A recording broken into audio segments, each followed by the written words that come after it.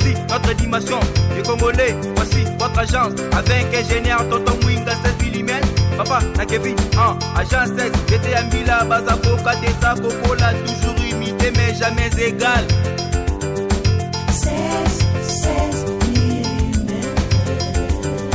16 mm. 16 mm.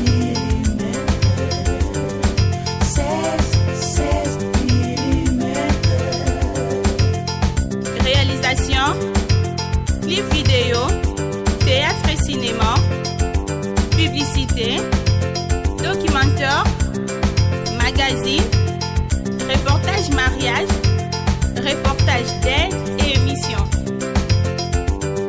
16 mm.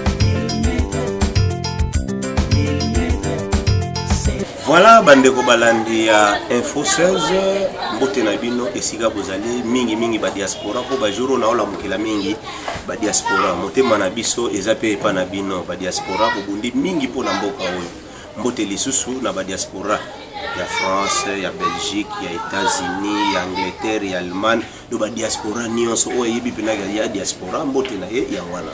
Bo continuer ko s'abonner na Info 16. Lelo to betaka ka masolo ya apena betaka masolo ya RDC po ezamboka na nga na lobaka muta opekisa ngai ko beta masolo ya RDC asi akufa. Na sima kamera muto a filmer eza mwana mwasi eza bita kalemba na ye azwa occasion oyo ya ko filmer biso pe ko labisa bino makambo ezoleka na RDC na makambo oyo to kolobela lelo to yambi nani esika bozaye botu na 16 yambi lisusu nani alingi aloba lisusu nini to yambi motinda mina nkolo prophète Benjamin Kawanga ya solo prophète Benjamin Kawanga aloba makambo oyo na ya vérité na ba oyo bakutaka doute na ba oyo komplikaka mutu même nga moko de fois omona na lali ngako kozwa ba réponse na ngote na yeto komeka kosola ne makambo ya réalité pe actualité ya mboka nake opesa ye mbote prophète Benjamin Kawanga mbote ndeko na ngai 16 prophète ye munene munene non Seigneur pour bien na bolamu ya kolo opesi mbote na bakongolais nyonso ba diaspora surtout ba diaspora pe Brazzaville pe ba diaspora yo kosana ba diaspora ka tozomona Brazza bazana succès mais oui ba pe ba diaspora même si ndenge aussi koloba ki olobelaka ba actualité ya Congo la Brazza kolobela Angola mais faut lobela pe Angola na Brazza kolobela pe ya Rwanda parce que ba consultation pe kende ti Rwanda kende pe Angola et pe na ba avion donc ce qui te compte pe na dimension prophétique timbango alobaki le royaume Congo ikozala pe Rwanda Angola Brazzaville et ngana ye en tant que l'incarnation na yebise ki Rwanda est la 27e province ya Congo. Wana lobela ngo mingi tokelena na likambo la bisa liboso. Prophète Benjamin Kawanga yo tozora yo sur le plan spirituel na sur le plan physique.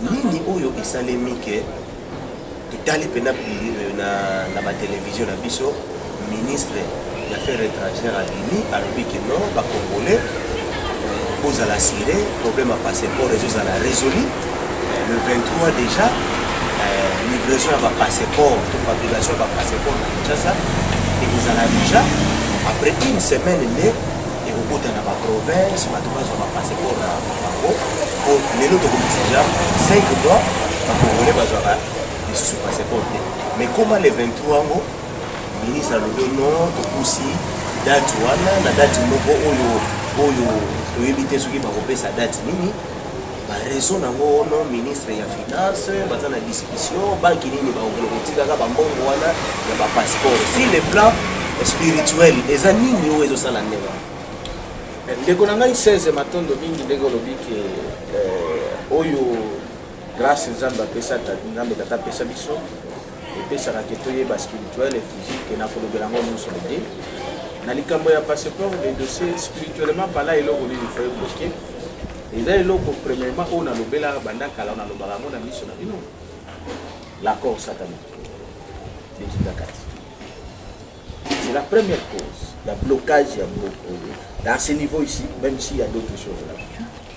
Alors deuxième chose kaka na accord wana même basali ba makambo nyonso ba osala ministre wana il faut la yeba eloko biso tokendaki awa toyebisaki eke bengana Karega ambassadeur ya Rwanda o ya Kagame azwa ba memo na biso tilelo afandela memo na biso wa ministre affaires étrangères ba beta biso kutu bagage ko to kele ko ebisa ke Karega ko fana na mboka na biso na ebisa ki batu omoni phase to koti nango mabele na makila ya ba congolais ils ont ça la vengeance parce que batu ba mona ba comprendre yango te ba mona bon prophète Benjamin a fait parce que na kabono de ba ils ont de l'air pour sortir à Bakari badoye batte tangu makila na mabele zo se na vengeance nyonso boko ba kosala ba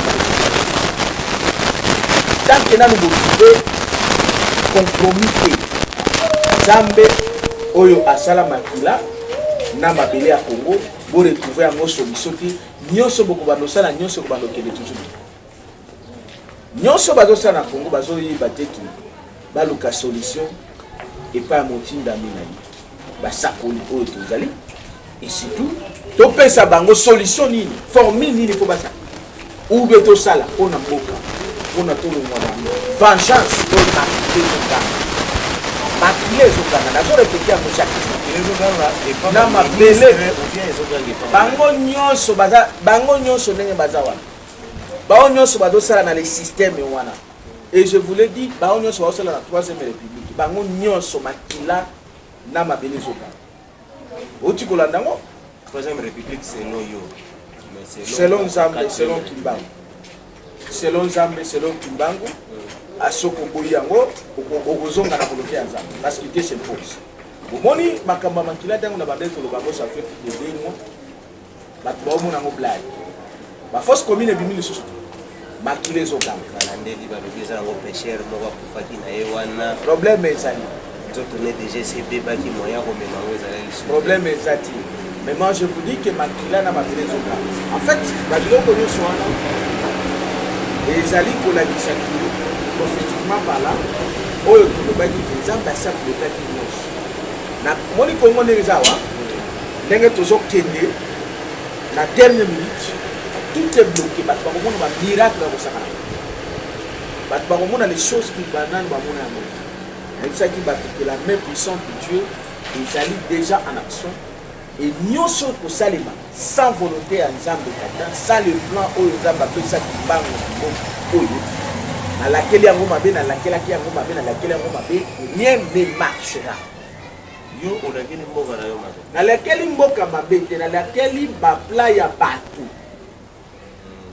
so contradiction wana ya baministre walobi likambo mosusu confusion wana nani azotia bango mais gouvernance ya nani ya milimo d'abord parce que nyonso ezalaka na milimo oyo ezouta na vengeance ya makila na mabele na baaccord basinyaki oyebi eloko wana bato bazobusa nango na ngai nafungola eloko wana ndeko 16 moni ntango tozwaka bike ozwi bike ozosinye ntango ozosinye bike mai ezobima mpona na kati ya bike signature wana eza ya yo na motu na yo eske oyebi ke mai wana ebimaka na kati ya bike wana eza makila sur le point prophétique ya motu azosinye oui voilà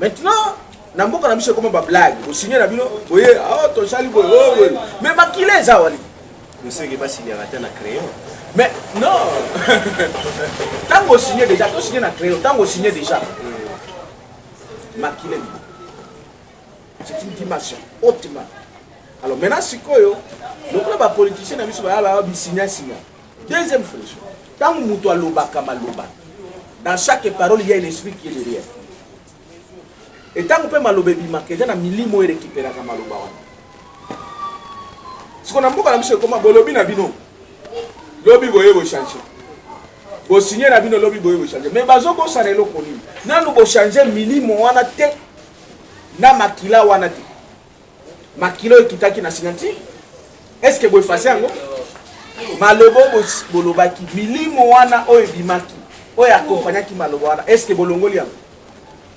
tokende nano na dossier ya meeting aérienne wana esalemaki tomoni baavion de chasse soki eliko soki ya de chasse wana tomona ville ekomaki bakomi kotuna tokomi lisusu na baguerre ou bien ndenge nini Angola si le plan physique tout le monde c'est comme si azo sur biso militairement mais contre banani mon frère omoni biloko wana baolinga basala na Congo ou ba blague wana ezali problème ya bato mibale banani bato mibale balingi batia Congo ekoma prise en otage na bango à cause ya makambo na bango bato mibale ezali Kabila le pharaon na Félix Tshisekedi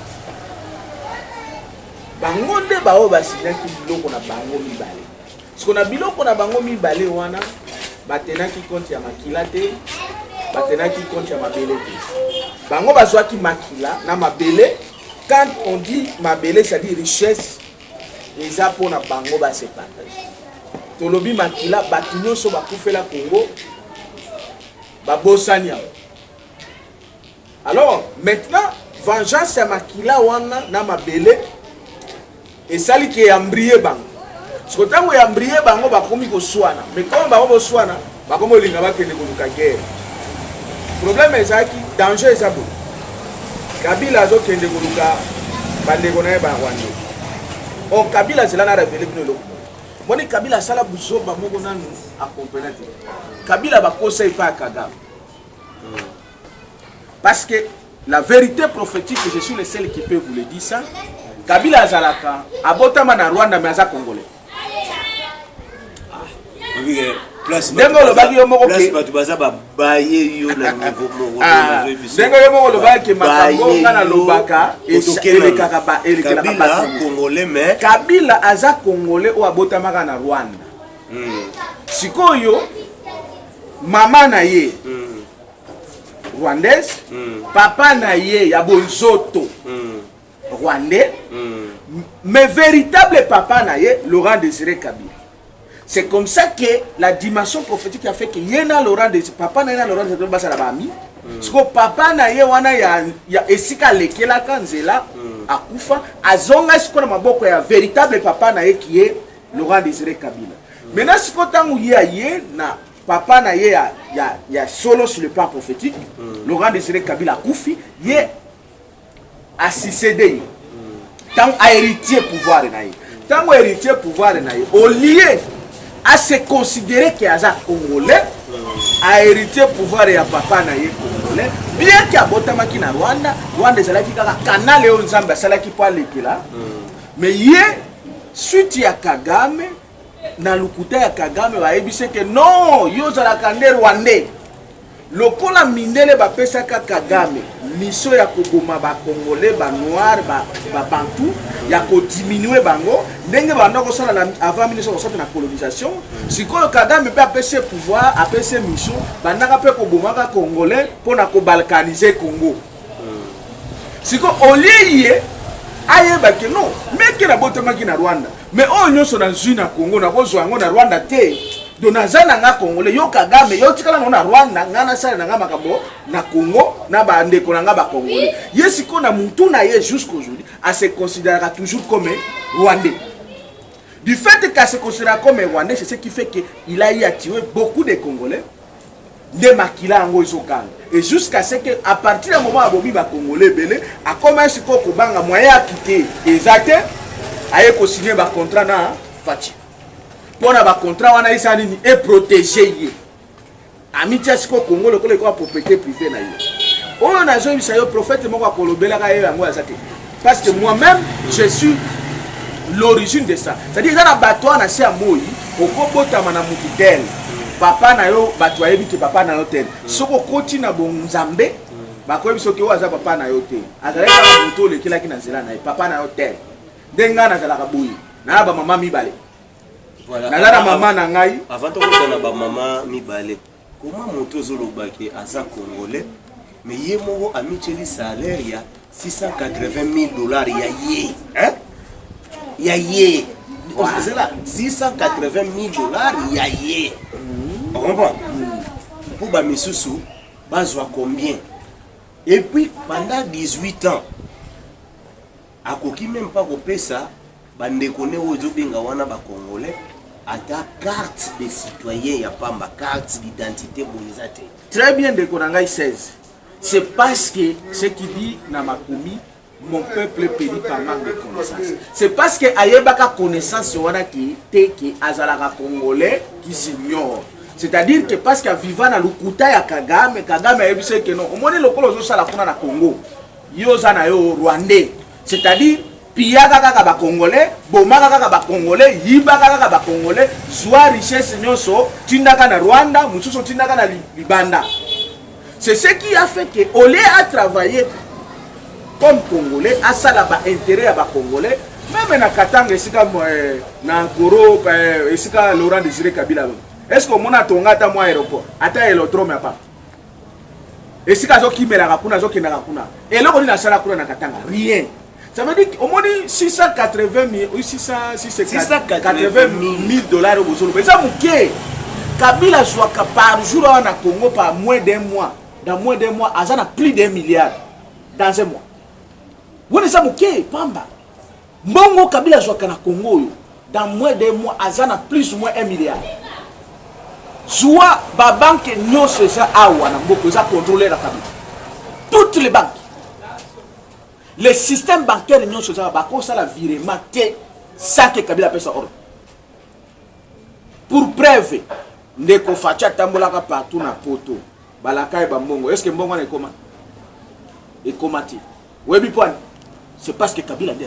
C'est Kabila qui se fait donc propriété ya Congo. Congo comme propriété na yé.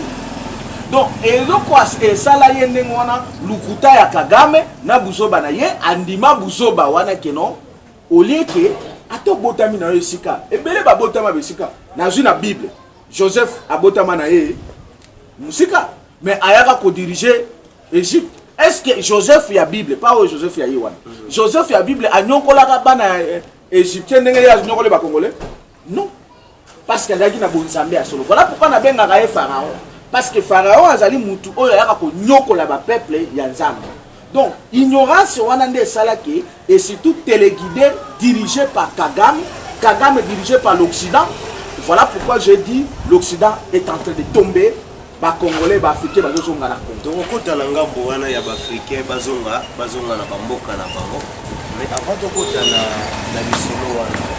Tomekana bosolola consultation aussi la lelo bandeko o bazolanda biso bacha bandeko consulter na minute to lo ba consultation aussi la lelo prophète kozana yo bien que bana poto ebele bakoma koboya ba prophétie na yo bakoma koboya poto lo bango clair bakoma koboya après consultation est-ce que eloko malunge kozala ou bien eloko zati moma yango de Korangai 16 bah ignorer il faut baboya. C'est normal parce qu'il est écrit 1000 des prophètes ce soir. Ça veut dire quoi prophète qui nous sont va comprendre qu'il y a un retard. Parce que le prophète c'était Dieu. Un homme fait Dieu. À cause elle n'a jamais compris dans le même moment que non. Consultation makanisi de koka qui kozala nango malamu. Mais bateau ba osale la soir. Na ndenge ba saleli yango. Libungu tulu. Et après consultation, il y a une union sacrée. Ce que pour une union sacrée, ce qui est sacré, c'est ce qui vient de Dieu.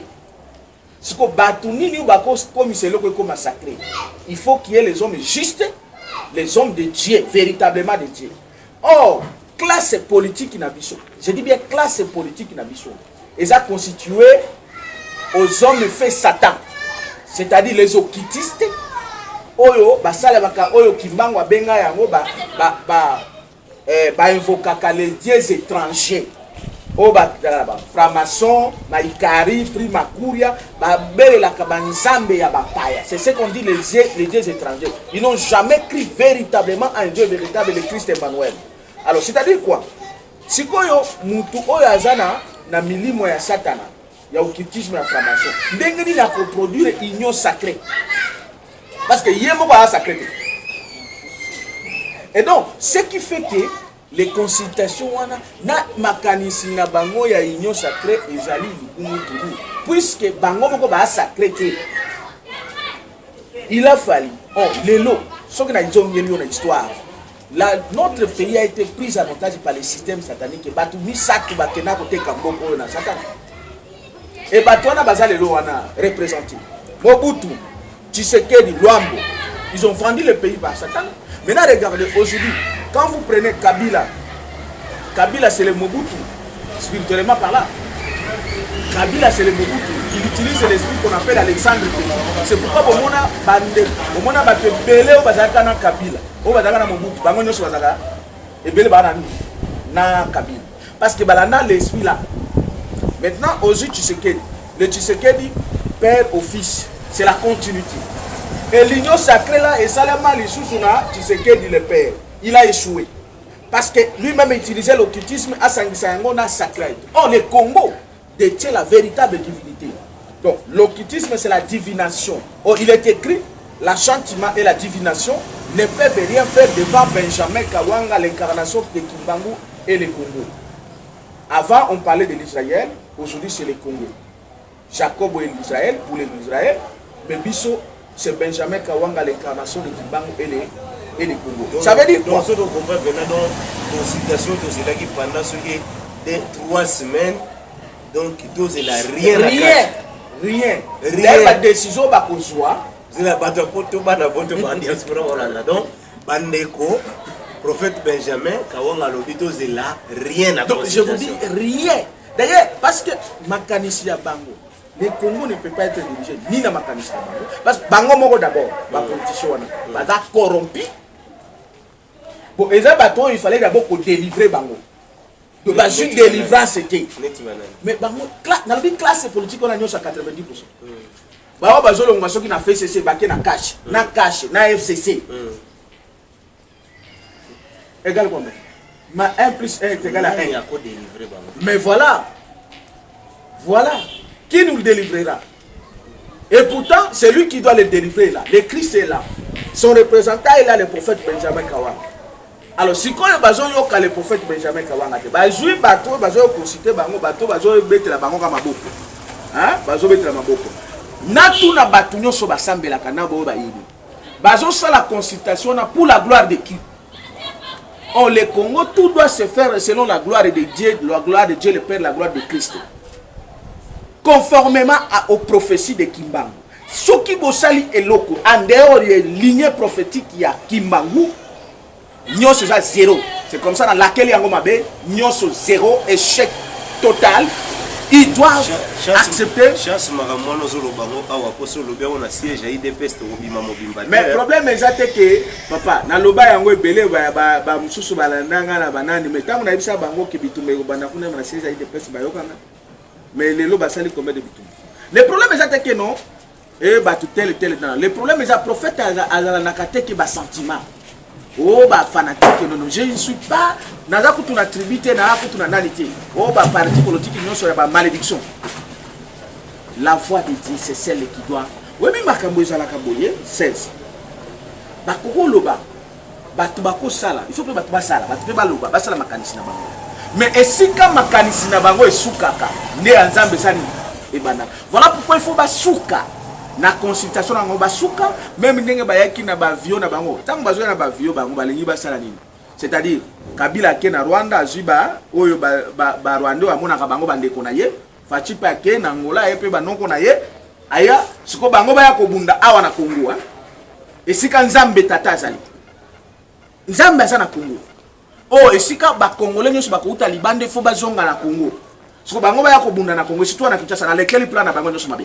Mais yo yebisaki nga kala mingi te awa olobi ke fachi aza na ye na fausseté mais na moment oyo poto sauver mboka photo soutenir fachi yo muto yebisaki nga ngo non pour soutenir le team c'est-à-dire boye il faut le sauver lui-même parce que lui-même aza na bitu tant on lobi ko soutenir c'est que ozala na sima na ye non on doit lui sauver lui-même parce que yemo a problème na consultation na fachi aza problème Kabila origine des problèmes. Ce que les politiciens ne sont pas wana, bango ne sont pas problème.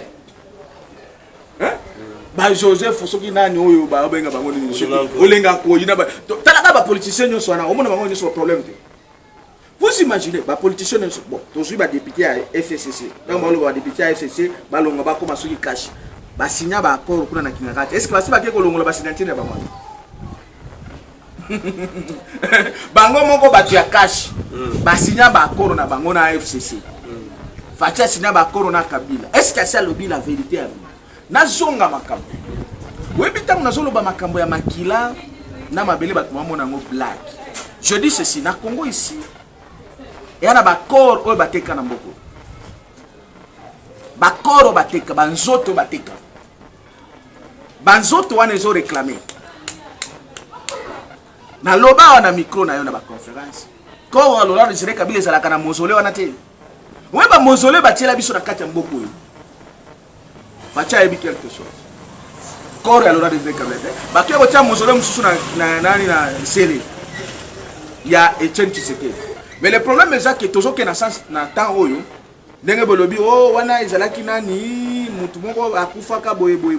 Mais je vous le dis que dans les jours qui viennent moni bakoro nyoso wana ba mausolée nyoso wana eko baluka tokoyeba banzoto wana ekendawa et tokokende kolanda banzoto wana esekenda. Comme je vous le dis que les corps alola Désiré Kabila ezalaka na Rwanda tokolanda corps wana. Voilà pourquoi na biso que tokwanexer Rwanda comme 27e province ya Congo.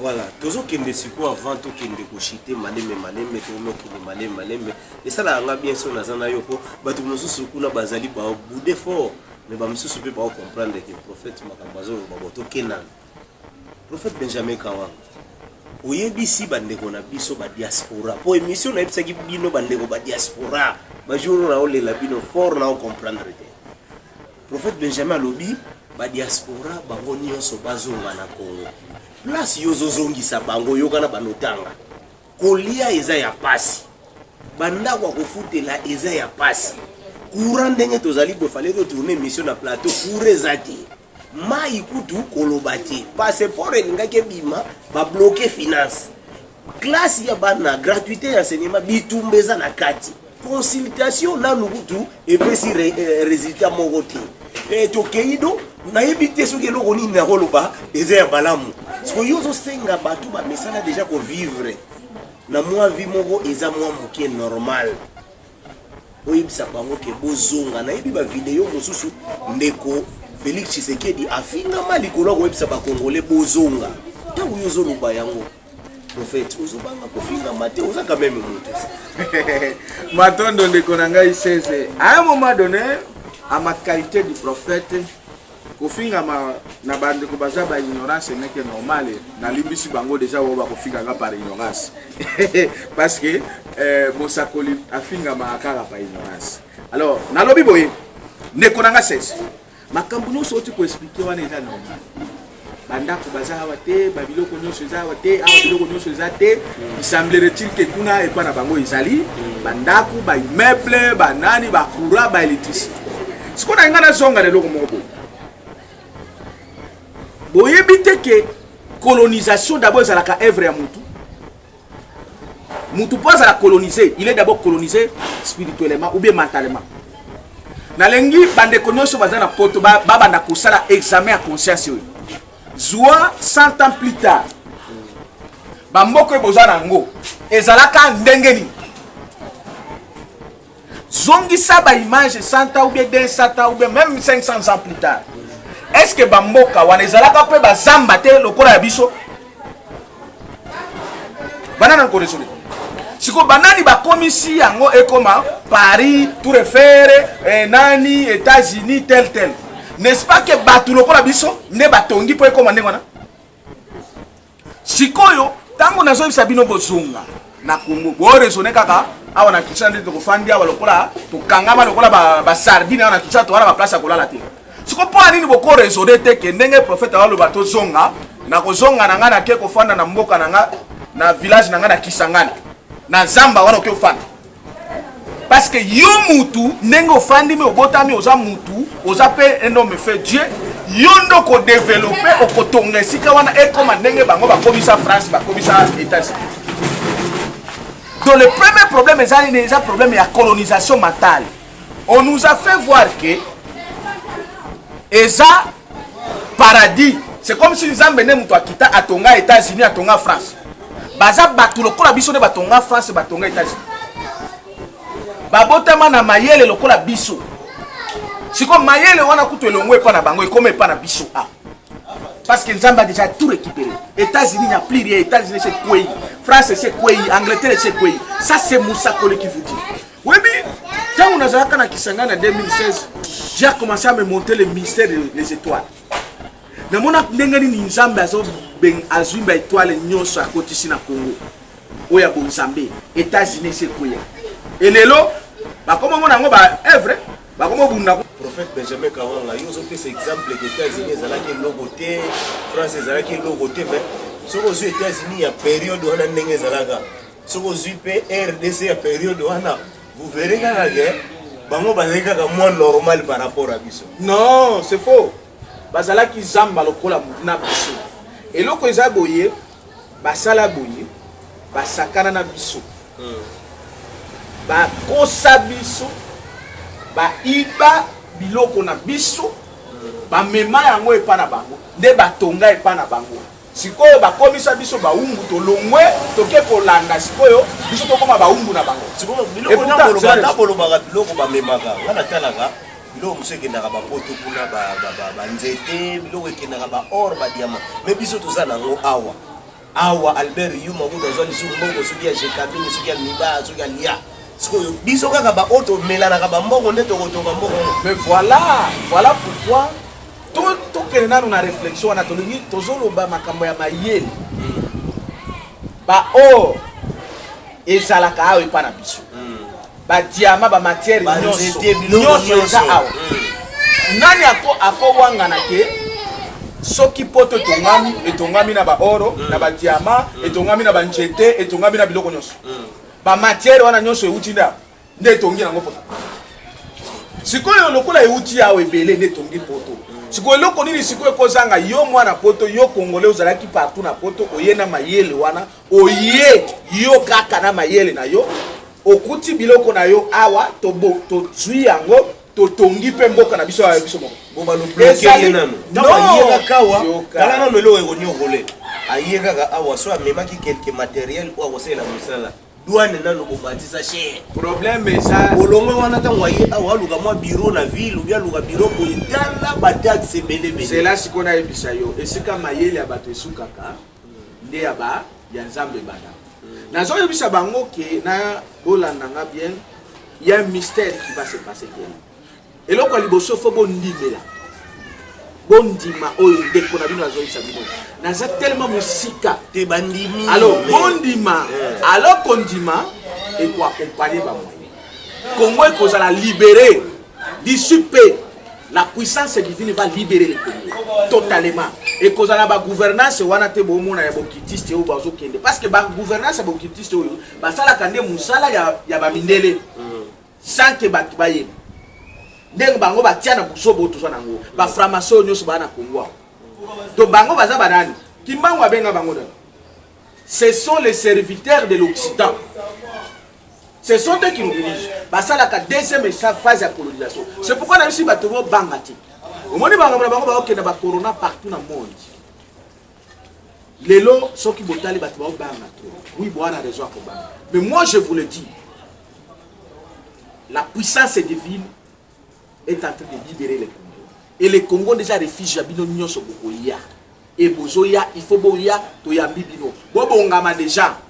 Bobangati. Awa ana ba villa na ye ateka ma papa villa ozanango na lobaka yango ça fait plus d'une année teka yango et puis villa wana ezani ndeko sense parce que to raisonner quand rentrer ma Kinshasa peut-être le Lubumbashi Kisangani soko kei na village na yo n'est-ce pas que mabele wana ko bana pe koto parce que les lois toi potonga osoma mabele na Kinshasa faut coûter soki $100,000 de soko na village na ko soma mabele $100,000 a village ezangi banzela mais oui siko banani basala nzela. N'est-ce pas que Batoune va se la ramasser là? Si on a eu autant de temps, oui, mais ils sont télé. Nana botamina zamba na sala ba piège na boma ba nyama na sala ba chasse na ba mbwa ndengo mona ngabo. Alors si on a ngana biso boye na se mutunde asala nyonso. So ke na zambo kuti zambe za kolelo pandi wana plus de 3 mois et si on est ko changer. Mutunde azambe mutunde a créaka ndenge bango ba créa ndenge biso to ko créa na mboka na biso ezali question ya indépendance spirituelle tomitia ego ndenge moko na ba mindele na biso na nzambe akota biso asala biso ndenge moko. Ce qu'ils ont fait, nous sommes capables de le faire. Donc, Bande Kobo Bongamake, vous devez quitter l'Europe, l'Occident est déjà tombé. On n'est pas appelé à Kotika la colonisateur. Il y a un chose même à Kinshasa, Lubumbashi. Botika ko raisonner que beaucoup kendaka na poto chez Koufi. C'est le Congo, Nzamba e kufanda. Tango na biso ya ba noir oyo kimbango lobaki ke batu mwindo bakokoma mindele bakokoma batu mwindo. C'est-à-dire que mindele bakozonga bakoyande wa bandi ko salela biso. Siko yo mutu Nzamba ozela yondo banda kokonza, yo siko tika la bakonza ka lususu za zoba. C'est notre temps. C'est notre temps. Bande Kobo bimana poto boya na Congo parce que le temps de Congo a déjà sonné. Bon mon ndenge ba biso ba tuzo mona te. Botala nyonso ça le makanasi ya moi. Il faut Mosakoli appeler sa orientation. Nzamba sala te l'autre côté sans qu'il appelle sa révélation na Mosakoli. Donc Bande Kobo bozonga. Nzamba aza na Congo, bobanga eloko te, tokotonga Congo, na mayele o Nzamba pesa biso tokotonga Afrique, et mindele bakoya bakosalela biso awa. Voilà. Liloba ya kimbangu moko te kokukwea ezati.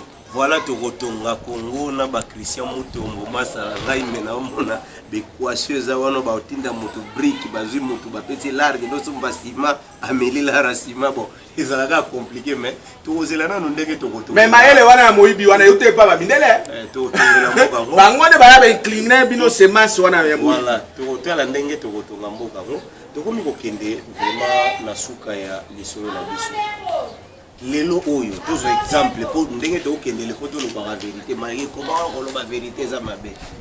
Soki Tshisekedi na Kabila babumbi ndenge Bemba babudaka na Kabila. Nini oyo kokoma vraiment so bituma wana sa. Soki Tshisekedi na Kabila babumbi bango mibale nde bakokende. Biso tokozwa Congo tokobongisa Congo. Po bango tango basinya bakoro bango batuna ni Nzambe te batuna biso te. Bango mibale bakobunda bango mibale bakokende biso tokobunda tokozwa Congo tokobongisa Congo. Selon le plan de Dieu, tokokota na 4e république au Kimbango à prophétiser. Voilà tokokota na 4e république ngana ebi toza déjà na 4e république donc on a 5. Et na constitution na bino eza 3e république. Kabila le père ou le fils Tshisekedi bango nyonso 3 basali na 3e république et bango nyonso batoke. Voilà ndenge prophète Benjamin alingaki ezalela ezande wana ndenge Mosakoli azoloba nde volonté ya Nzambe na le plan de Dieu nyonso ya libanda ya wana eza kokwe tokomi na suka tokomi pena na suka émission na biso toka bwana conseil moko koki kopesa na Kabila pe conseil moko koki kopesa na Tshisekedi po Kabila conseil na kopesa ye ezaki bien qu'ils a déjà en retard. Il a fallu ailleurs la caméra Kabila il fallait oyebaki grâce aux Nzamba pesa yo botemelaka na Rwanda oya kokoma mokonzi ya Congo c'est parce que ozalaki congolais mais aussi ignoraki mais okota na mutambo ya Kagame po boma ba congolais po koma riche koleka Congo po s'enrichir. Mais nazo ebisa yetu nazo ebisa bon conseil il faut ebisa d'abord makamba malamu mabena zoloba matingo il faut koyebisa makamba mabena ya sali conseil eza boye kabwana na Kagame kabwana na Rwanda tika mabele ya Congo richesse ya ba congolais kimbangu asiakiti tokota na 4e république Congo eza propriété privée na yote jamais. Et là on a voyé ça Fachi ezaki Fachi conseil na biso ki basangisa Nzambe te Nzambe tata te soko lobi ko tiaki Congo na maboko ya Nzambe tata tika Nzambe a conduire Congo luka basakoli ya solo pa oyo ba ko pakola mafuta o ba na capacité ya kolongola makamuri no bosala yo na Kabila et puis yo moko ozongisa mboka na maboko ya Nzambe yo za la écarter. Parce que le plan de Dieu est là. Et si tu oses côté le plan à 4e république, yo peut kokende. Wana conseil apesi epai ya Joseph Kabila, apesi pe conseil na Fachi, do ezaka lokola opesi conseil na FCC, opesi pe cash conseil.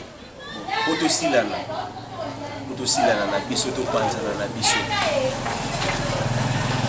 liloba nini okoki koyebisa bakongolais nyonso oyo balandi yo et puis na moment oyo tant topase na période oyo na bacrise politique oyo bakongolais faut base comporter ndenge nini devant crise oyo liloba na koyebisa bakongolais utakala Zamba asalaka toujours na basako e Congo ezwaki mpavita eyai kosala kimbango elelo incarnation na ye nyonso oyo kimbango aloba moko ekoleka te e incarnation na ye ayaka kofinalize seule solution na kati ya Congo ezali 4e république en dehors ya 4e république atabo mati lola boko koma na lola nzambe ayebisi bino bokita bokende koluka prophète Benjamin Kawa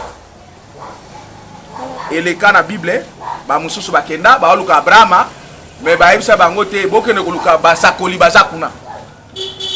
Et donc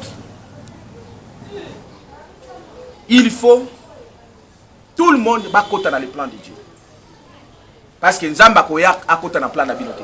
Plan ya batu nyonso ko échouer, plan ya ba satanique ko échouer, nyonso se échouer dans laquelle yango déjà mabé. Seul le plan de Dieu prophétisé par Kimbango qui va réussir. Et eloko nini boko se comporter, mutu nyonso fo bunda. Nyonso congolais nyonso fo bunda pona plan ya nzambe eko kisama. C'est-à-dire tokota na 4e république ozali terre promise na biso, nouvelle Jérusalem. Yangonde bao bazana Congo, bao bana baza wapi, bao bazana Libanda, bao bazolenga bango ba diaspora, bakoya biso nyonso tokoto parce que Congo ekoleka Amérique.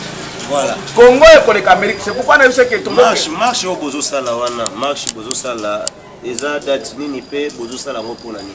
Ouais, eza marche sitting, eza sitting na palais du peuple.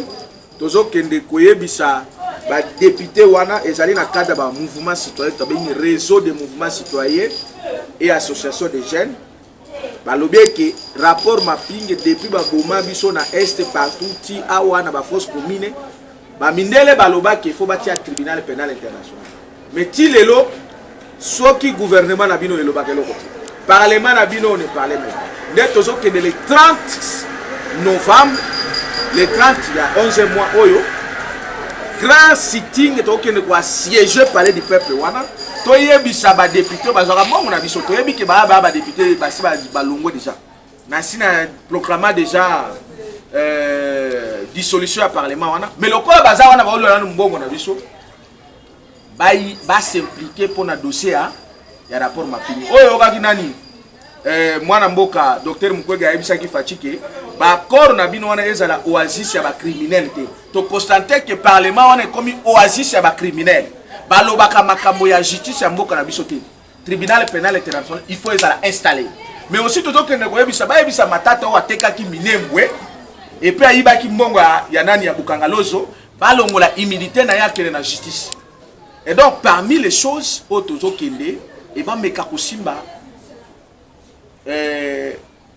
Mouinou Zangite, Nanani Eve Bazaiba, et surtout Ruberwa, Nanya Rugab, Baye Bake, Tango ba Congolais Koki, ba blague ba osale ici. Voilà, Tango ba Congolais Koki, ba blague et sili bandeko, na sepeli mingi ndenge bolandi biso na boke binyoso, et siga bozali na ebi ke ba réaction ekoye belé bato ba koloba ou ba oyo koloba menga la pesi binombote, bo continuer ko s'abonner na Info 16, eza chaîne oyo la vérité, la awa bosoto za raté, awa to baraka vérité. Mbote lisusu na pesi mbote na moto azali sima caméra, bitaka lemma moto asimbela divino caméra, na pesi mbote na pesi mutombo, na pesi bato nyonso mbote botika la malamu. Prophète ba numéro ya contact ceux qui ba contacter yo. Oui, en fait ba numéro na nga ezali wana parce que parmi ba na fongola bato moi secret moko ezali. Parmi moyens ya ko investir oya kokuta richesse na Congo oya kokuta bandako bozo lukawana eza ko soutenir libération ya Congo. Kadi tango yo zo sala nango zo tinda ka awa ndenge ba ozo tinda ka ba libération na œuvre de Dieu tout sala. Oza déjà ko bongisa ndako na ona Congo. Okoya okozanga ndako te kozala mystère. Parce que bele bazolo to moya ndenge ni prophète to kozonga ndenge nini mama papa. Tango ya go soutenir libération ya mboka.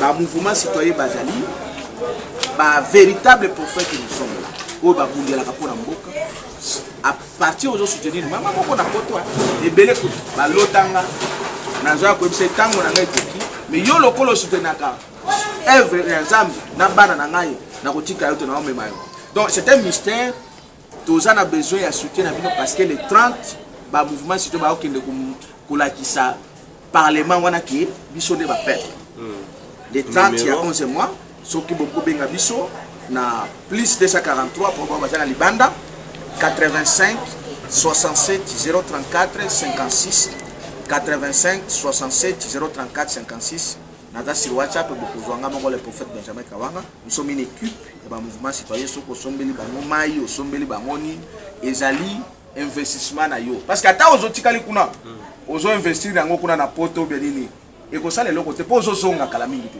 ata bombe yango na babanke kuna au contraire kutu ba mikolozo yawa bakobando bombe la bino ba no bloquer bino ba mbongo bakobando pesa bino le soutien et donc makambo ezo ya c'est mieux yo tikala naona au kaboli mwandambo ya salaire ya souffrance ozo akawana otindi yango mais okoya kokuta yango awa indirectement c'est un mystère pour la libération à Congo nous devons faire notre part déjà bazo la part na ye c'est très bien wana ezaki liloba ya suka pour la émission oyo butika la malamu tomonani mikolo mizali koya. Voici notre dimension, les Congolais, voici votre agence, avec ingénieur Tonton Mwinga 16 mm, papa na Kevin, agence 16, j'étais à Mila, Bazako, Katesa, Kokola, toujours imité mais jamais égal. 16 mm. 16 mm. 16 mm. 16 mm.